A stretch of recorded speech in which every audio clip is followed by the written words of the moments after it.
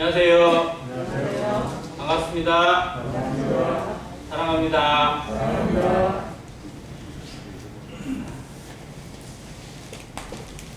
숫자는 그냥 숫자에 불과하다고 생각을 하고 있는데 조금만 좀 내려갔으면 하는 기도를 계속 드립니다. 어제 그제 좀 내려가도 좀 오늘도 괜찮을래 해서 다시 또 원상으로 돌아가는 숫자를 보면서 불안에 만만치 않다라는 생각을 계속 했습니다. 코로나라는 단어 빼고 2020년을 설명할 방법이 별로 없을 것 같긴 한데 오늘 주신 말씀을 통해서 성도의 삶에 이런 어려움들이나 환난이나 시험이 왔을 때 우리를 붙들어주는 것이 무엇인지, 우리가 평안을 잃지 않고 견고한 신앙 가운데 가할 수 있는 비결이 어디에 있는지, 정말 우리는 무엇을 믿고 무엇을 바라보는 자인지 한번 생각하는 그런 시간이 되길 바라는 마음이 있습니다. 시편 91편 읽겠습니다. 시편 91편입니다.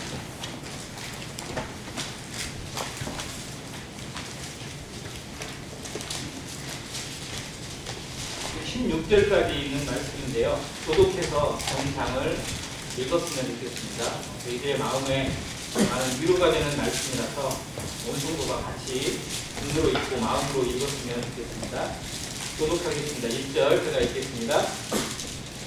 지존자의 은밀한 곳에 거주하며 전능자의 그늘 아래에 사는 자여, 나는 여호와를 향하여 말하기를 그는 나의 피난처여 나의 요새요 내가 그를 향하노라. 이는 그가 너를 새 사냥꾼의 올무에서와 심한 전염병에서 건지실 것이미로다. 그가 너를 그의 뜻으로 섬기시리니 내가 그의 아내에게 하리라. 그의 지시사는 방패와 손방패가 되시나니 너는 밤에 찾아오는 공포와 낮에 날아드는 화살과 얻을 때 퍼지는 전염병과 가릴 때 닥쳐오는 재앙을 준비하지 아니하리라. 1000명이 내 왼쪽에서 10,000명이 내 오른쪽에서 엎드러지나 이 재앙이 내게 가까이 하지 못하리로다. 오직 너는 똑똑히 보리니 자기들의 공을 내가 보리라. 내가 말하기를 여호와는 나의 피난처시라 하고 지존자를 너의 거처로 삼았으므로 화가 내게 비치지 못하며 재앙이 내 자손에게 가리지 못하니 그가 너를 위하여 그의 천사들을 명령하사 내 모든 길에서 너를 지키게 하심이라. 그들이 그들의 손으로 너를 붙들어 나를 돌에 부딪히지 아니하게 하리라. 내가 사자와 흑사를 밟으며 젊은 사자와 뱀을 발로 누르리로다. 하나님이 이르시되 그가 나의 사람이를 내가 그를 누리리라.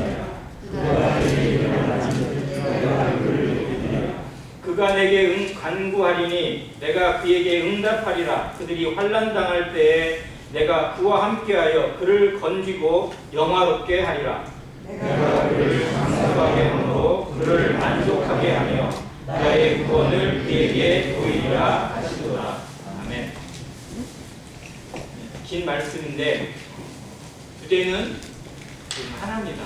하나님의 보호하심, 그 안전한 처소를 노래하고 있습니다.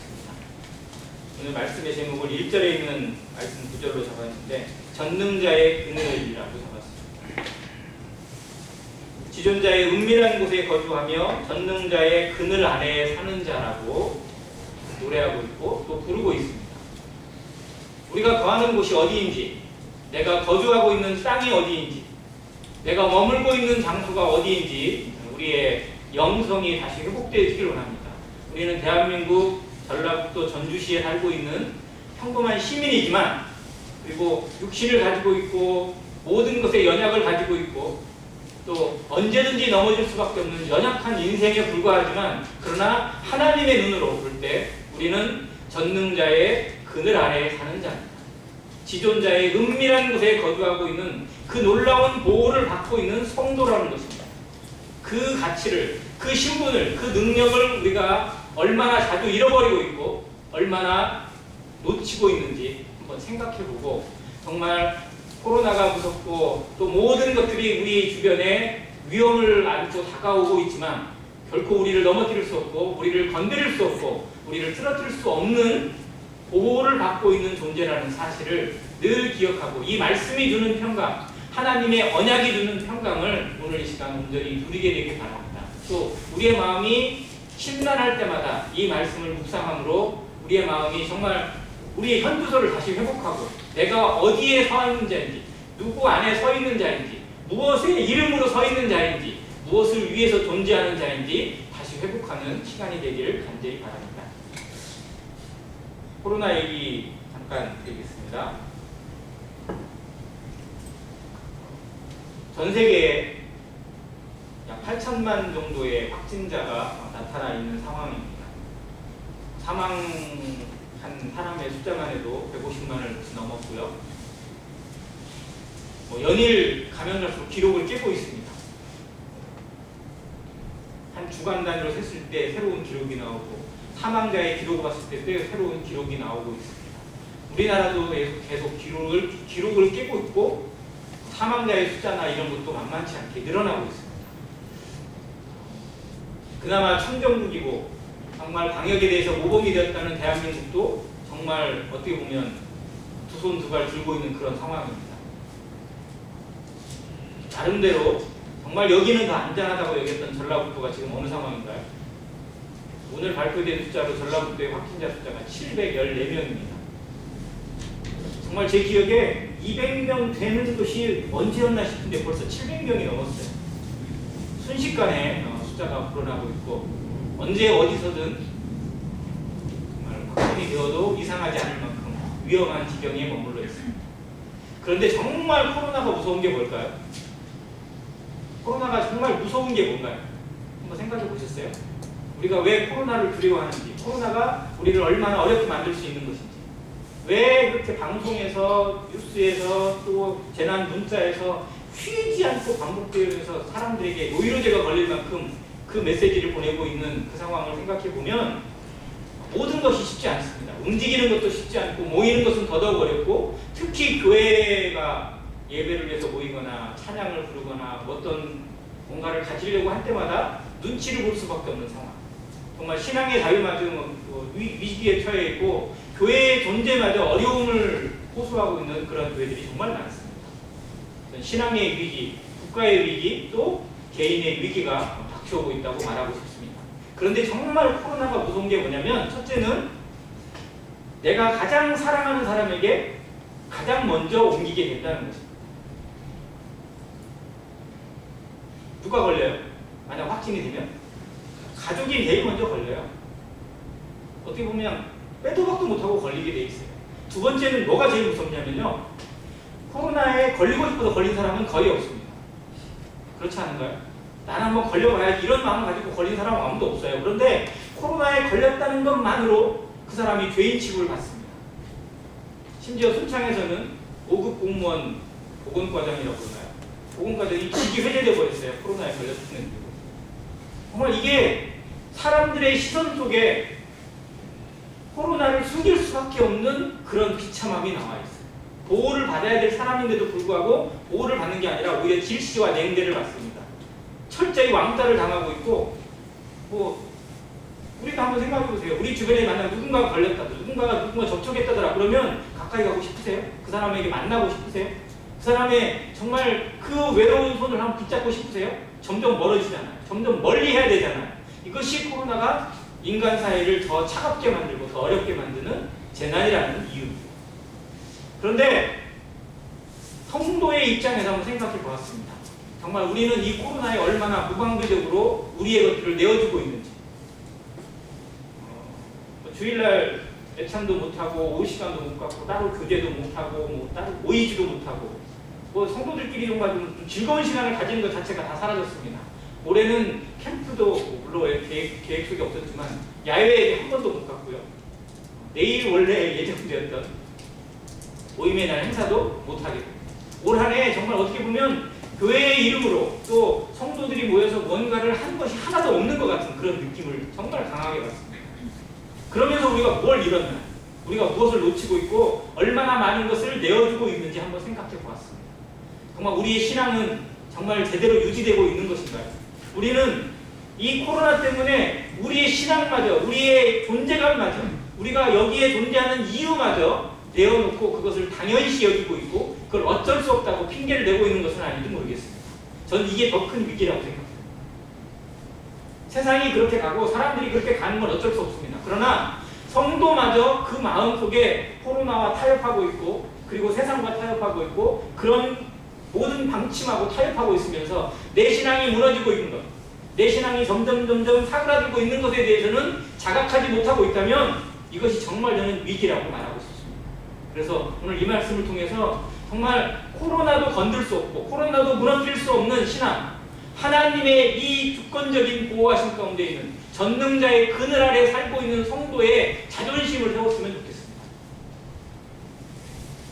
사람들이 두려워 떨고 사람들이 공포에 젖어 있고 사람들이 그것에 질색을 하더라도 성도는 적어도 코로나에 대해서 좀 담대한 마음이 필요합니다. 물론 그것을 환영하라는 게 아닙니다. 그러나 우리의 신앙, 우리의 본질을 잃어버리지 말자는 겁니다. 내가 여기에 있는 이유, 하나님이 이 일을 허락하신 이유, 이 땅 가운데 이 어려움이 있는 이유에 대해서 우리는 말씀 안에서 답을 찾고 그리고 성도의 교제를 통해서 그리고 말씀 안에 주시는 가르침을 통해서 내가 존재하는 이유, 내가 여기에 살아 숨쉬는 이유, 내가 이 땅 가운데서 무슨 일을 감당해야 되고 내가 이 교회에서 어떤 역할을 해야 되는 것인지를 회복하는 시간이 되었으면 정말 좋겠습니다. 그렇다면 코로나가 복이 됩니다. 환난이 위로가 되고 고난이 은혜가 됩니다. 그러나 거기에 굴복되어지고 거기에 우리의 중심을 내어주기 시작하고 점점 침입해 들어와도 그냥 어쩔 수 없는 불가항력적인 걸로 여기고 점점 양보하고 만다면 타협하고 만다면 우리는 코로나라는 재앙에 그대로 올무에 걸리는 새가 되고 말 것입니다. 특별히 본문의 3절에 이는 그가 너를 새 사냥꾼의 올무에서와 심한 전염병에서 건지실 것입니다. 왜 이 말씀을 주셨을까요? 실제로 이 온역이라는 것은 구약 성경을 통해서 계속 하나님의 심판을 다루고 있는 재료입니다. 하나님의 도구입니다. 지금 코로나가 정말 하나님의 도구일지 아닐지에 대한 논란도 되게 많긴 하는데요. 그러나 사단은 인간을 재앙을 내릴 수 있는 어떤 그러한 주권은 가지고 있지 못합니다. 인간의 모든 생사의 어떤 역할권은 하나님에게만 있는 것서 이 코로나의 재앙을 허락하신 분은 분명 하나님이라고 믿습니다. 그렇다면 우리를 그 허락하신 가운데서 능히 건지실 분도 하나님의 손길이라는 사실을 믿고 우리를 어떻게 건지실지 어떠한 은혜 가운데 보호하실지 코로나가 걸리고 안 걸리고가 아니라 코로나를 초월해서 우리의 신앙을 지키고 하나님과의 관계를 더욱 든든히 하는 지혜가 필요하다는 것입니다.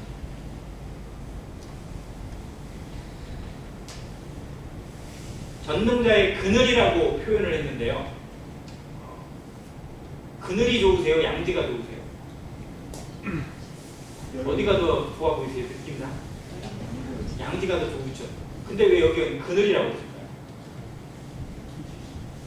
이건 환경적 요인입니다. 우리나라는 어떻게 보면 숲이나 뭐 이런 것도 좀 많이 있는데 이스라엘이나 이 팔레스타인 지역은 광야 지역이 정말 많습니다. 그래서 양지에 머물러 있으면요, 그냥 타 죽어요, 그냥. 양지에 머물러 있는 순간에 그는 살아갈 가망성이 거의 없습니다. 그러니까 어디에 머물러야 돼요? 어떻게든 그늘에 머물러야 돼요. 그늘에.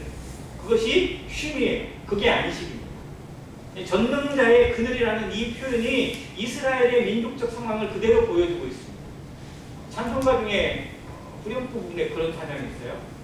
큰 바위 및 샘 솟는 그곳으로. 큰 바위 및 뭐가 솟아요? 샘이 솟아요. 가장 안전한 곳이에요. 자, 광야에서 제일 문제는 뭐냐면요, 낮에는 해가 너무 뜨거워서 문제예요. 그리고 절대적으로 뭐가 없냐면 물이 없어요. 그래서 그늘이 있고 물이 있으면 정말 가장 안전한 처소가 보호를 받는 곳이에요. 오죽하면 엘리야가 무슨 나무 밑에요? 로뎀나무 그늘이, 로뎀나무가요 큰 고목나무가 아니에요. 우리로 얘기하면 쌀이나무 아세요? 쌀이나무. 쌀이나무 그늘이 좀 많이 생기나요? 그 정도밖에 안 되는 나무예요. 근데 그 밑에 그늘에 누워가지고, 그것도 그늘이라고 거기 밑에 누워 있었어요. 오죽하면 그 정도였겠냐. 광야라는 데가 그런 곳입니다. 그런데 하나님이 주시는 그늘, 하나님 아래 거하는 보호받는 성도의 모습은 정말 어떠한 모습일지 한번 상상해 보세요. 우리에게 주시는 이 평강, 우리에게 주시는 보호, 우리를 어떻게 사랑하시고 어떻게 보호하시고 어떻게 안전하게 이끄셨는지, 예수 그리스도의 십자가 보혈과 부활을 통해서 우리에게 주시는 결코 흔들리지 않는 믿음의 방패는, 이 견고함은 구약 성도들이, 이스라엘이 가졌던 것과는 비교도 안 되는 것입니다. 우리가 이 전능자의 얼마나 놀라운 그늘 가운데 거하는 자인지, 얼마나 놀라운 보호를 받고 있고 하나님과의 이 끊을 수 없는 관계가 얼마나 탁월한 것인지, 얼마나 능력 있는 것인지, 정말 전능자의 그 손길이 우리의 삶과 우리의 영혼과 우리의 영성과 그대로 매칭되어 있는데도 불구하고 너무나 자주, 너무나 순간순간 하나님을 놓치고 세상에 끌려다니고, 또 세상이 이끄는 대로, 죄가 이끄는 대로, 그리고 세상의 환란이 잡아 끄는 대로 흔들리고 있고 마치 노략질을 당하고 있는 그런 불쌍한 우리의 영혼을 한번 생각해보는 그런 시간이길 바랍니다. 우리는 그럴 수 없습니다. 사람들이 끌려다녀도 적어도 성도는 이 자존감은 지켜야 합니다. 성도라는 이름값은 지켜야 합니다. 하나님의 자녀라는 신분, 하나님의 제사장, 그리고 하나님의 자녀라고 하는 이 거룩한 이름값에 대해서 우리는 책임이 있습니다. 그렇게 세상에서 함부로 끌려다니고 함부로 내어주고 하나님의 이름을 욕되게 해서 살아갈 그런 존재가 아니라는 겁니다. 우리는 하나님의 이름을 드러내야 되고 하나님의 영광을 나타내야 될 책임이 있습니다. 사명이 있습니다. 그래서 이 사명을 깨달은, 이 책임을 깨달은, 그 이름값을 깨달은 성도들은 살아도 주를 위하여 죽어도 주를 위하여 살았습니다. 삶과 죽음이 오직 주님의 것이었고 모든 것이 주님의 영광 안에서 드러나기를 간절히 기도하며 살았습니다. 그래서 죽음도 환난도 그 어떠한 재앙도 그들의 발걸음을 막을 수 없고 그들의 중심을 흔들 수 없었습니다. 우리가 다 모든 성도들이 다 믿음의 선진들처럼 그 위대한 사역들처럼 살아갈 수는 없겠지만 그 마음은 배워야 합니다. 그 마음의 가치를 배우고 우리 안에 고결한 그 심령 자체를 늘 심고, 적어도 우리는 그렇게 흔들리거나 그렇게 노동하는 성도는 되지 말아야 된다는 자존심을 세워야 되겠습니다. 전능자의 그늘이라는 단어를 떠올릴 때 생각나는 사람 하나가 있습니다. 혹시 같이 떠올리세요? 누가 혹시 떠오르는 분 있으세요? 짐 엘리엇입니다. 책 하나를 내가 가져왔는데요. 가까이 보이세요? 제 제목? 잘 안 보이세요? 전능자의 그늘이라는 책입니다. 꽤 오래전에 발간된 책이긴 한데요. 저도 그 속에 있는 내용들 일부들만 따로 발췌해서 봤고 책을 안 봤어요. 그래서 한번 보고 싶은 마음에 어제 샀습니다. 근데 이 책을 지은 사람은 엘리자베스 엘리엇입니다. 짐 엘리엇의 아내예요. 그리고 이 내용은 총 4부로 되어 있는데 어린 시절의 엘리엇, 그리고 휘튼 대학교라고 하는 기독교 명문대학교인데요. 거기 수석도로 했거든요. 그 학교에서의 학교 생활을 하는 엘리엇에 대해서 2부에 나와 있고, 그리고 선교를 준비하는 과정, 그 과정이 3부에 나와 있고, 그리고 에콰도르, 그 아우카 부족에게 접근하고 하는 그 모든 과정들, 그리고 그가 사망하기까지의 그의 삶의 행적, 그의 일기, 그가 누군가에게 보낸 편지, 이런 모든 서류들을 아내가 다 모았어요. 그가 죽은 이후에. 그리고 이 책을 냈습니다.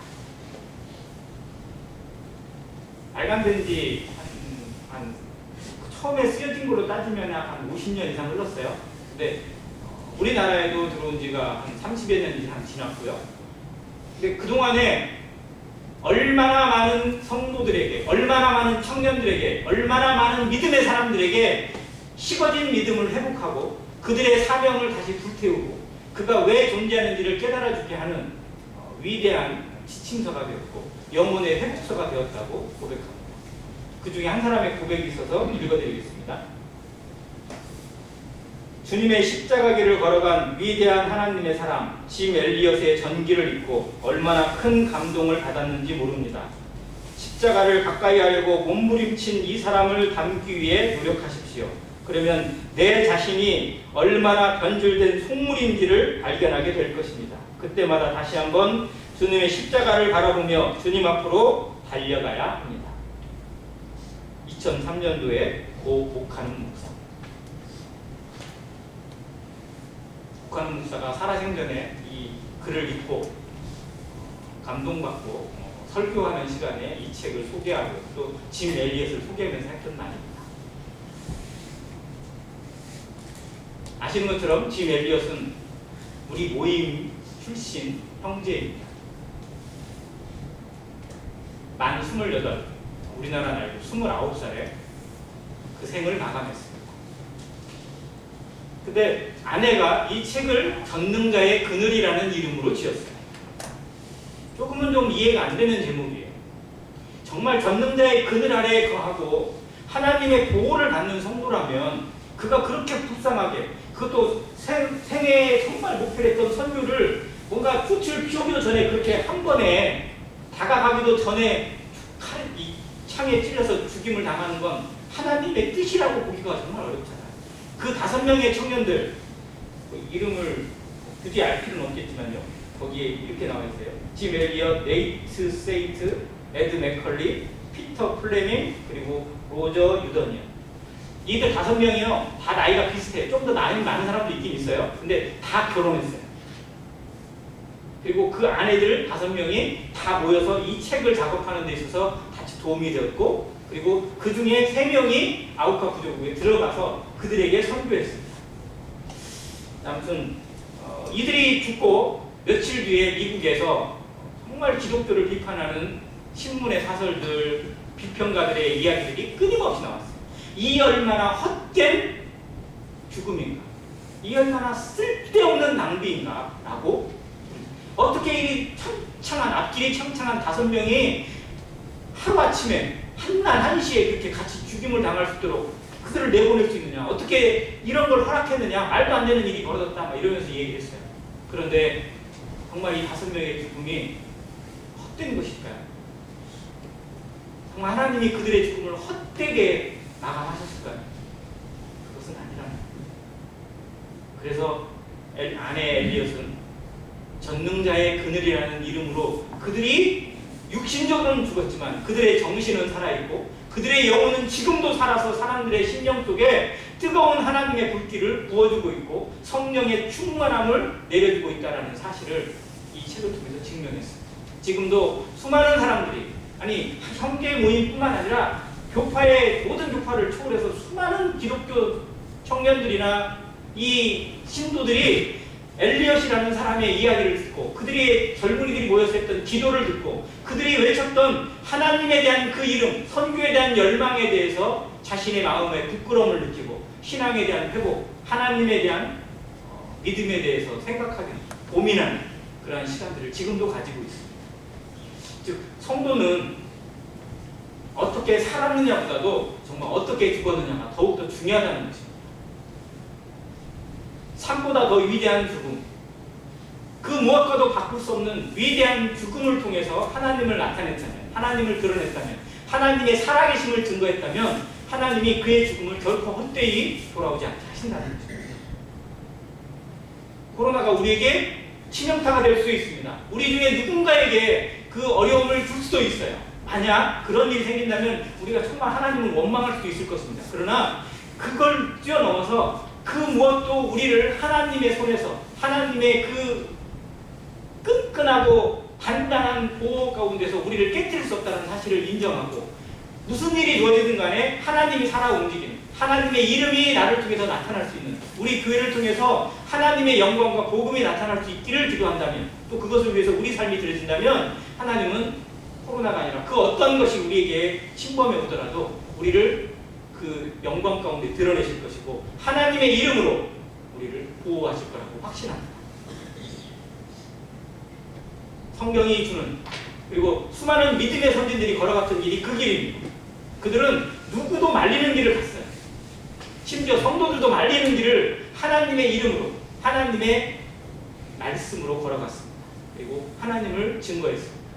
예수 그리스도의 이름으로 그들이 증거했던 그 역사가 지금 이 시대에 수많은 모든 나라의 모든 민족에게 성경이 보급되어지고 복음이 전파되고 있고 구원받는 영혼들이 날마다 일어나게 하십니다. 하나님의 작품, 그 전능자의 그늘이 지금도 살아 숨쉬고 있음을 다시 한번 생각하면서 정말 이 어렵고 참담한 이 시대에 정말 우리의 현주소를 다시 한번 생각했으면 좋겠습니다. 내가 머물고 있는 곳은 대한민국 땅이지만 나는 정말 전능자의 그늘 아래에 살고 있습니까? 나는 그 안에서 평강을 누리고 있습니까? 내게 주어지는 여러 가지 일들, 내 주변에 나타나고 있는 정말 아쉬운 일들, 그리고 없었으면 하는 그런 모든 것들을 추월해서 전능자의 그늘 아래 있다는 그 한 가지 사실만으로 내 마음에 진정한 평강이 있습니까?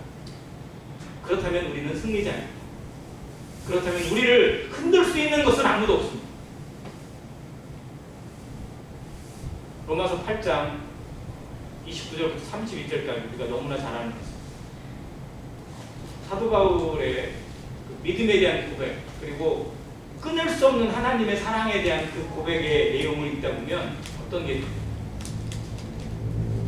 기록된 바 우리가 종일 주를 위하여 죽임을 당하게 되며 끊임없는 핍박과 환난 가운데 머물고 있다고 고백합니다.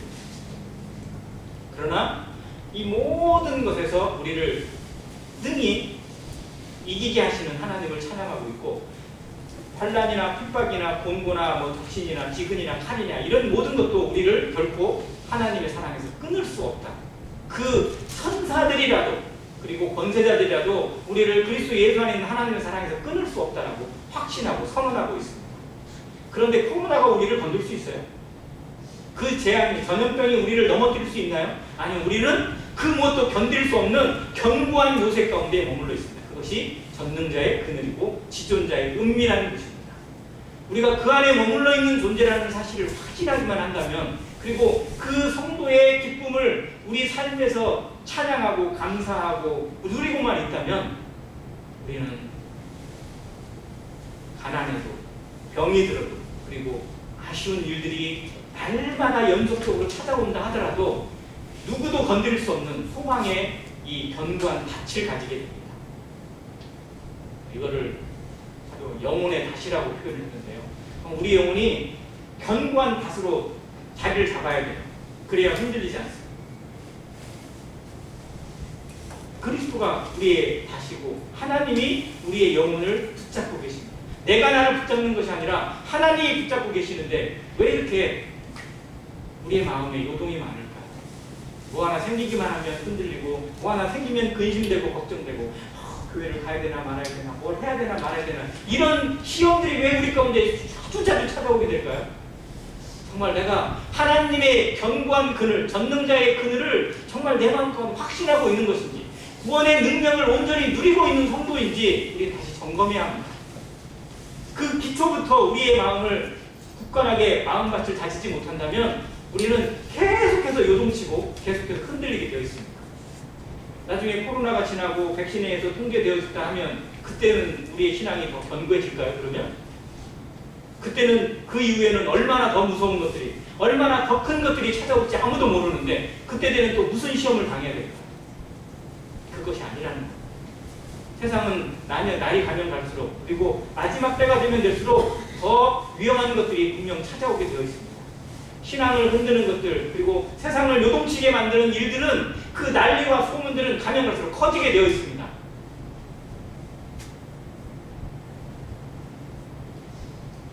그거 보면 코로나는 아무것도 아니라는 거예요. 코로나 하나쯤에 흔들릴 신앙이라면 하나님 앞에 부끄러운 것입니다.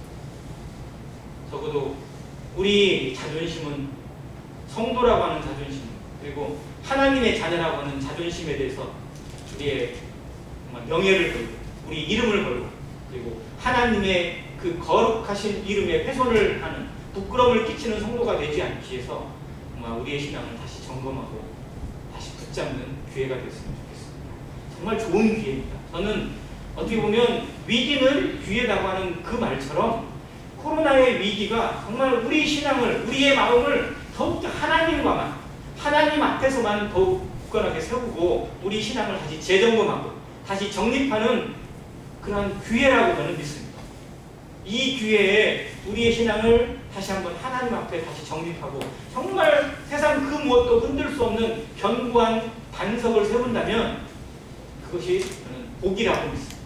코로나가 주는 복, 위기가 주는 복을 누릴 것인지 아니면 그냥 코로나에 붙여서 세상 풍파에 그냥 휩쓸려서 계속 요동하다가 그렇게 세월을 낭비할 것인지 기로에 서 있다고 생각이 되어집니다. 비슷한 시가 우리가 너무나 잘 아는 다윗의 시 시편 23편입니다. 여호와는 나의 목자시니 내게 부족함이 없으리로다. 그가 나를 푸른 풀밭에 누이시며 쉴 만한 물가로 인도하시느니라. 내 영혼을 소생시키시고 자기 이름을 위하여 하나님의 이름을 위하여 의의 길로 인도하시느니라. 내가 사망의 음침한 골짜기를 걸어갈지라. 해를 두려워하지 않을 것은 주께서 나와 함께 하시리라. 주의 지팡이와 막대기가 나를 안위하시리라. 사망의 음침한 골짜기라고 얘기했어요. 그리고 여기서는 6절에 보면 어두울 때 퍼지는 전염병이라고 얘기했습니다. 정말 사망의 음침한 골짜기, 누구도 건너가기 싫고 누구도 지나가기 싫은 골짜기입니다. 그러나 그 골짜기에서도 그리고 그 무서운 전염병 속에서 그 어떠한 환난 가운데서도 우리를 능히 건지시고 지키시고 인도하실 하나님, 그 하나님의 전능하신 그늘, 지존자의 은밀한 보호받는 그 성도, 그가 정말 행복자요, 그가 복된 인생이라는 사실.